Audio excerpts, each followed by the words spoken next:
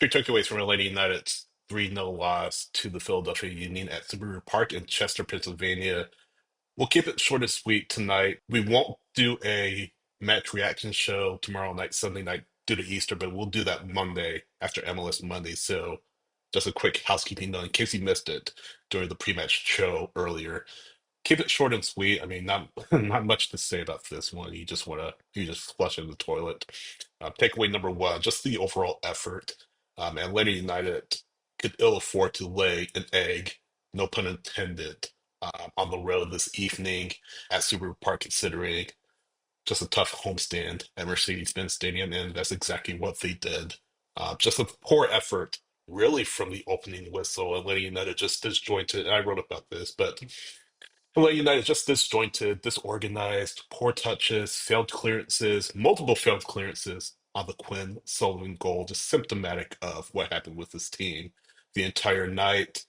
Sullivan left really on an island inside the box to finish past Brad Gazan to make it 1-0. Dumbly, John Jot given too much space on the left-hand side to meet a cross, or not a cross, but meet a ball from Mikel Ua. Just runs unmarked down the left side, and I think nutmegs Brad Gazan to make it 2-0. And then you go up 11v10, Atlanta does, after Philadelphia player is sent off due to a second yellow, and you still concede. Ty Baribo, a header that Atlanta United didn't deal with, and gets past Guzan to make it 3-0 in the final margin of the match. Look, I mentioned that I wrote about it. Ronnie Dyla got the lineups wrong. He got it very, very wrong. And why are we still talking about the players need to take ownership yet 9 matches into the season? Why are we still talking about effort? Why are we still talking about, just will and focus and fight?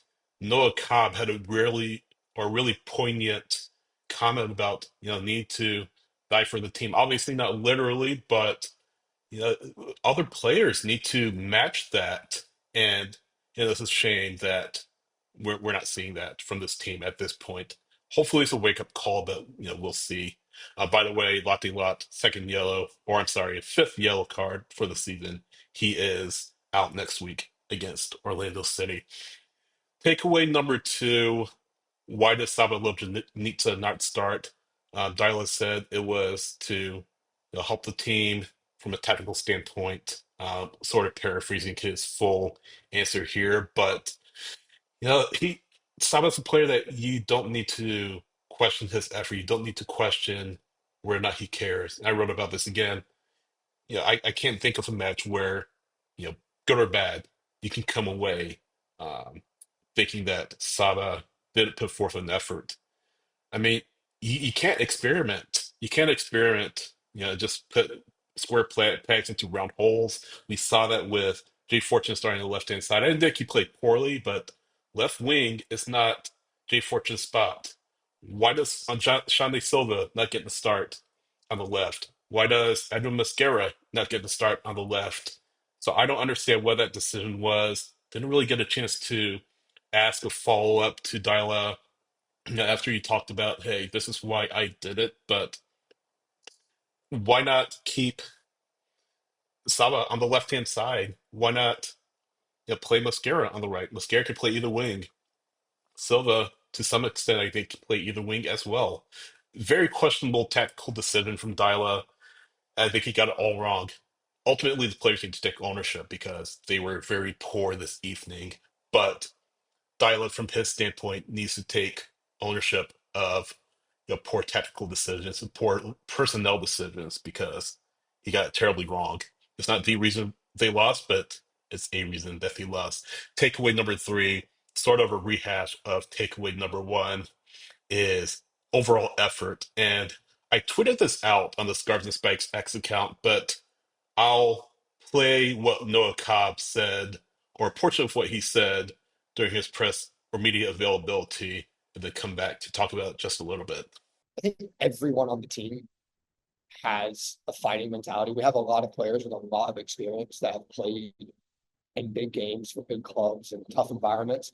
I think it's just sometimes we like I feel like everyone needs to take ownership upon themselves to do it instead of maybe at times like looking for or like looking around and waiting for. I feel like everyone, including myself, we need to look in the mirror and you say, what can I do to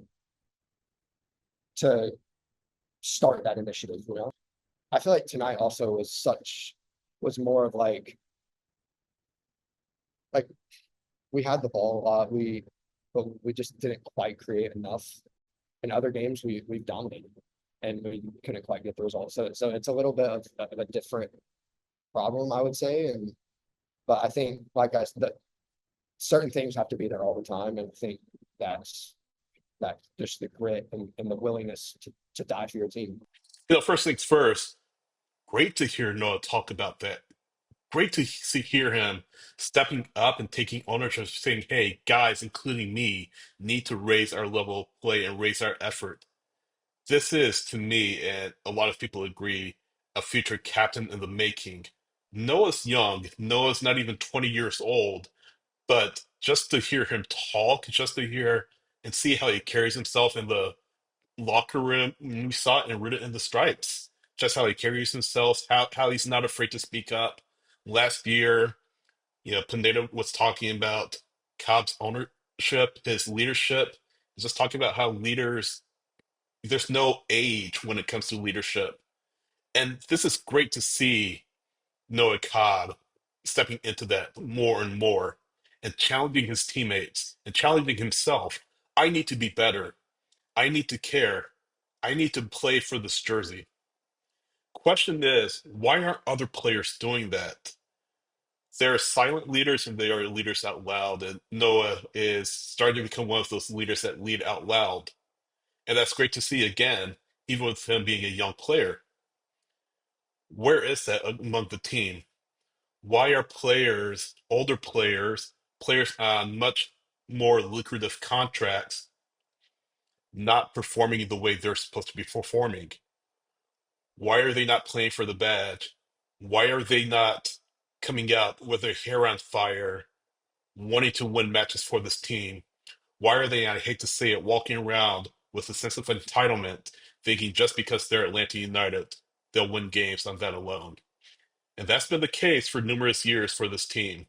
They think just because they're a big club and because they wear the Atlanta United kit, teams are just going to run scared away from them and they don't need to do anything but just walk in and walk out with 3 points. They won't say that. They'll say, hey, we're a big club and we expect to win trophies. We expect to be among the best clubs in MLS and one of the best clubs in North America. They'll say that. Their actions on the pitch, match after match after match, over the past several years, hasn't matched that at all. And tonight against Philadelphia is a perfect example of that. You lost 3-0 to a team that, if you walk out of there with a point, I'm sure most of the fans will be happy. Not that you drew, because you obviously always want to win, but the fans will be happy because at least he put forth a strong effort. That didn't happen tonight. Again, they once again did not put out a 90-minute effort. And how many times have we said it? This team hasn't done that at all this season. They have not played a 90-minute effort this season at all. Here we are, 9 matches in, and we're still talking about this team needs to put together a 90-minute effort. What is it going to take? What has to happen in that locker room, on the training ground, to get this team playing to the best of its ability? It's not talent, it's effort, period. And we need more Noah Cobbs to,